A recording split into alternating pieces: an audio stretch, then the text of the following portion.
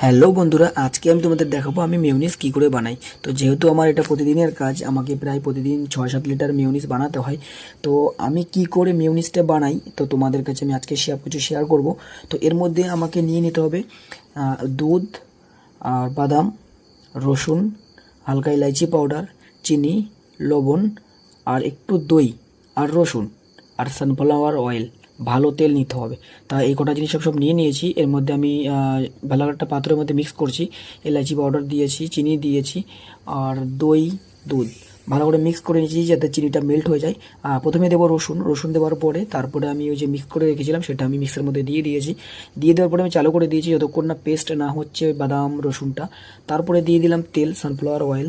তার একটা ভালো তেল ইউজ করতে হবে, ফরচুন হোক যাই হোক, ভালো কোম্পানি। যতক্ষণ না মেয়োনিজটা টাইট না হচ্ছে বা গাঢ় না হচ্ছে ততক্ষণ আমি তেলটা ঢালতেই লাগবো। তো দেখতেই পাচ্ছ বন্ধুরা, আমাদের মেয়োনিজ বানানো হয়ে গেছে। তো আমি একটু অবশ্য পাতলাই রেখেছি, আর একটু তেল ঢাললে এটা হয়তো আর একটু টাইট হতো। তো যেহেতু আমি মেয়োনিজের শর্মাতে বেশি ইউজ করি, তো এই জন্য আমার এই মেয়োনিজটাই বা এই হালকাটাই ঠিক আছে। তো তোমরা যেটা বাড়িতে বানাবে তো আমাকে অবশ্যই কমেন্টে জানিও, আমি ফুল ডিটেলসে তাকে বলে দেবো। তো বন্ধুরা, তো আশা করি এরকমভাবে বানালে খুব টেস্টি হবে, সুস্বাদু হবে খেতে। তো ধন্যবাদ বন্ধু সবাইকে। যদি ভিডিওটা ভালো লাগে থাকে একটা লাইক কমেন্ট শেয়ার অবশ্যই করো। ধন্যবাদ সবাইকে।